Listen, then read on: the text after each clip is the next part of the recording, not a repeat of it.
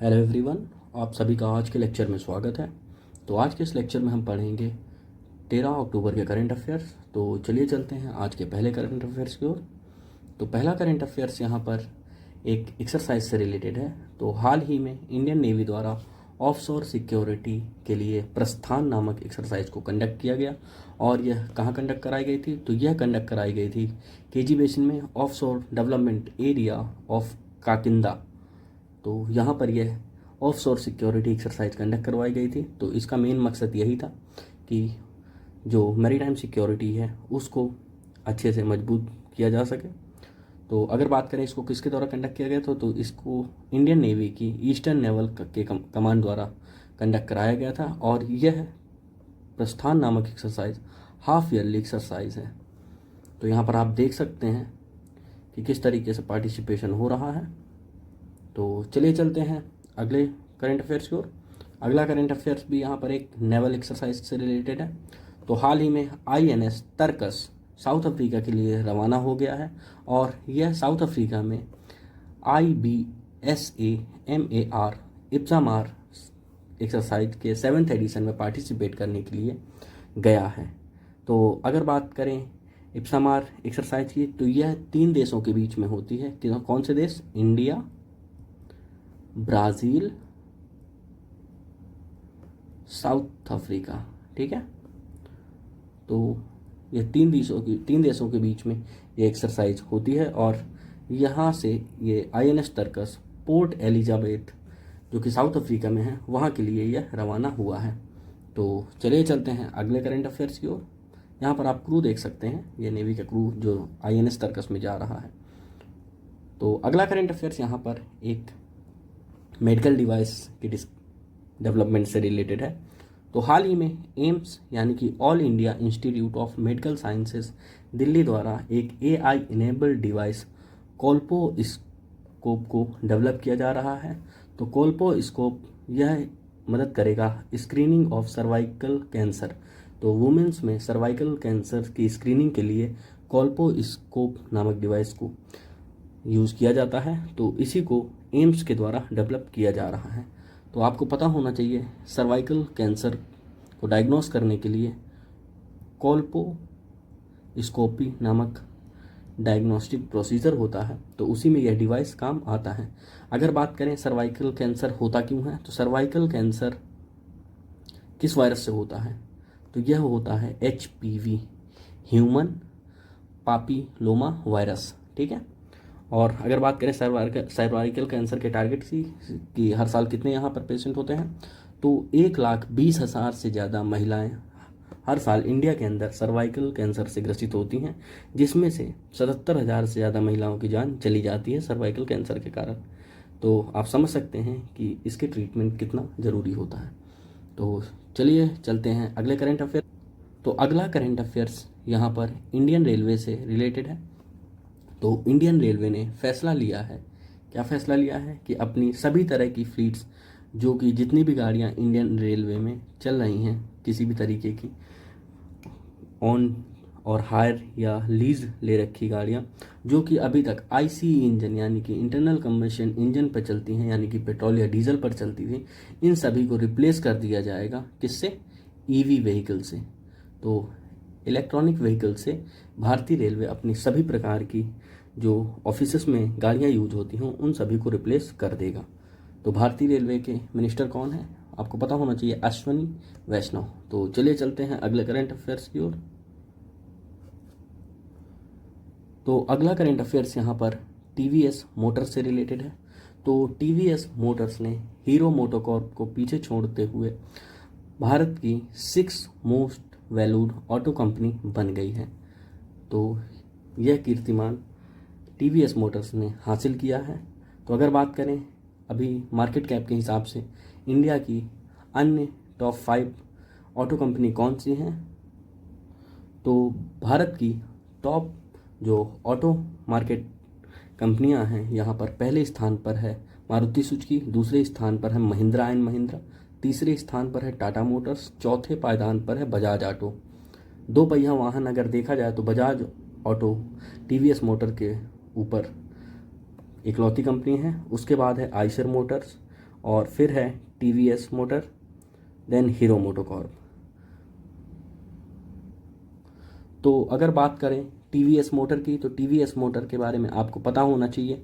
TVS motor की स्थापना हुई थी 1978 में, और इसका हेडक्वार्टर कहाँ है? इसका हेडक्वार्टर है चेन्नई के अंदर।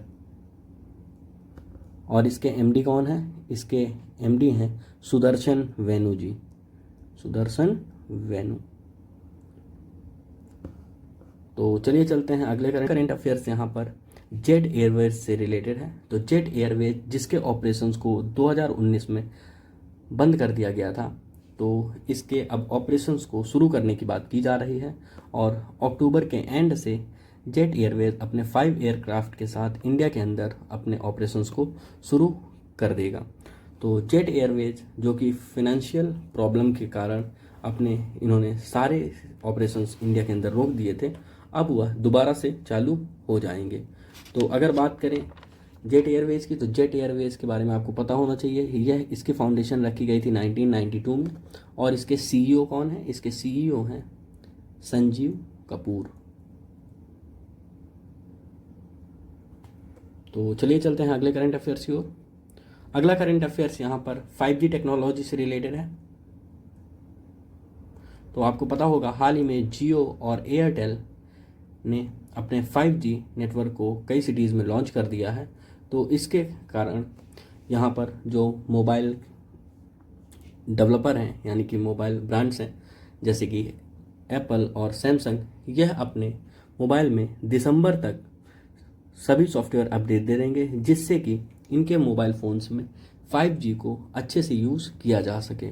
तो इसके लिए एप्पल ने कहा है कि दिसंबर तक सभी आईफोन्स, यानी कि आईफोन 12, 13, 14 और जो इनके हायर वेरिएंट आते हैं जैसे कि मैक्स प्रो, इन सभी में आईफोन एप्पल के द्वारा इन सभी में अपडेट दे दिए जाएंगे। सैमसंग भी अपने सभी मॉडल्स में नवंबर तक अपडेट प्रोवाइड कर देगा। तो चलिए चलते हैं अगले करंट अफेयर्स की ओर। अगला करंट अफेयर्स यहाँ पर आंध्र प्रदेश से रिलेटेड है। तो आंध्र प्रदेश सरकार ने 46 करोड़ रुपए का कॉन्ट्रैक्ट दिया है किसको? जेनेसिस।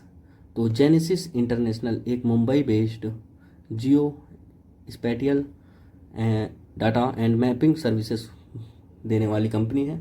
तो इसको कॉन्ट्रैक्ट दिया गया है आंध्र प्रदेश की सरकार द्वारा, और इसके तहत सभी प्रकार के जितने भी लैंड रिकॉर्ड हैं आंध्र प्रदेश के अंदर, इन सभी को जेनेसिस द्वारा डिजिटाइज किया जाएगा। तो अगर बात करें आंध्र प्रदेश की, तो आंध्र प्रदेश के बारे में आपको पता होना चाहिए। आंध्र प्रदेश के गवर्नर कौन है? आंध्र प्रदेश के गवर्नर हैं विश्वभूषण हरिचंदन, ठीक है।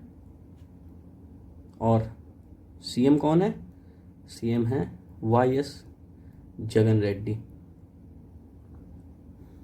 तो चलिए चलते हैं अगले करंट अफेयर्स की ओर। अगला करंट अफेयर्स यहाँ पर FIFA under 17 women world cup से है।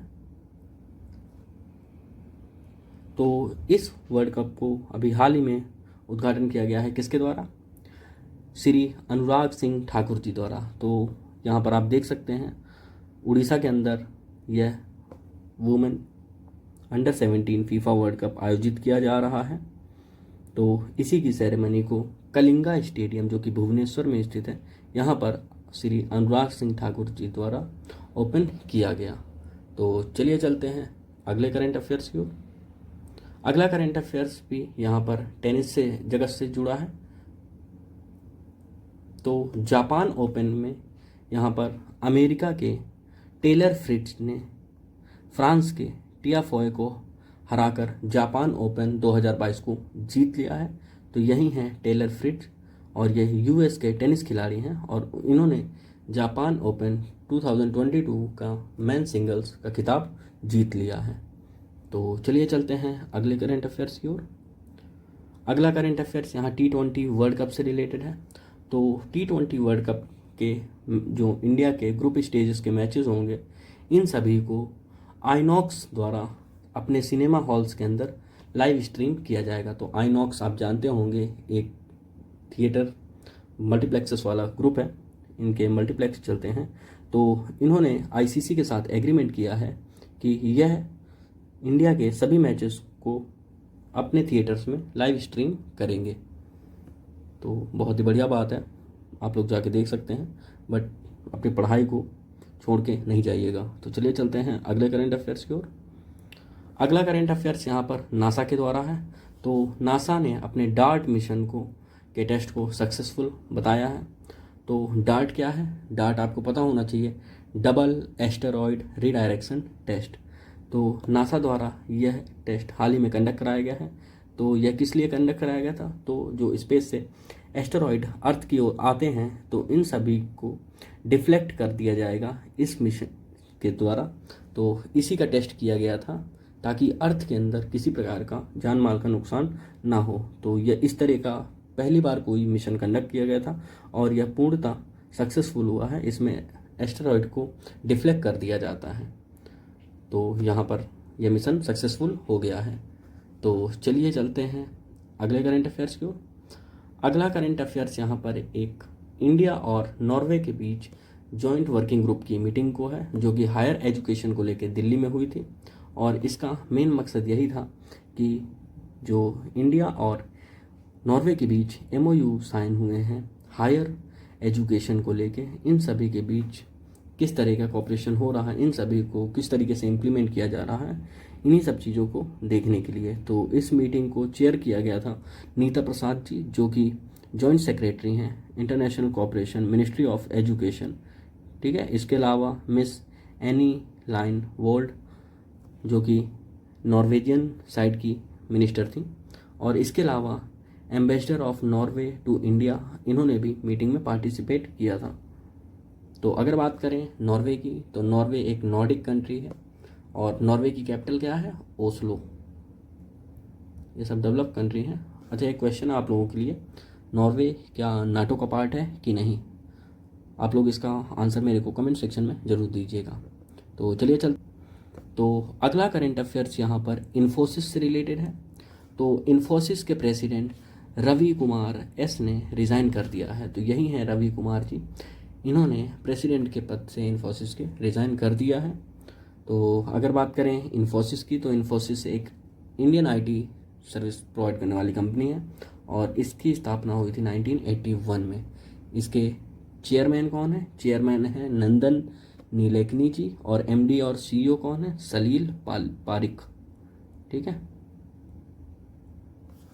तो चलिए आज के करेंट अफेयर्स में इतना ही। अगर आप लोगों को किसी भी तरीके का इन करेंट अफेयर्स में कोई भी डाउट हो तो आप मुझसे पूछ सकते हैं। इसके अलावा आप वीडियो को लाइक ज़रूर कीजिएगा, चैनल को सब्सक्राइब कीजिएगा ताकि आपको रेगुलर वीडियोस मिलते रहें। इसके अलावा आप हमारे टेलीग्राम चैनल को भी ज्वाइन कर सकते हैं, वहाँ पर आपको इन लेक्चर्स की PDF, इसके अलावा जो भी इम्पॉर्टेंट आर्टिकल्स होंगे उन सभी के लिंक्स भी प्रोवाइड किए जाते हैं, जो कि आपको एग्ज़ाम में बहुत ही सहायता करेंगे। तो चलिए मिलते हैं नेक्स्ट वीडियो में। Thank you.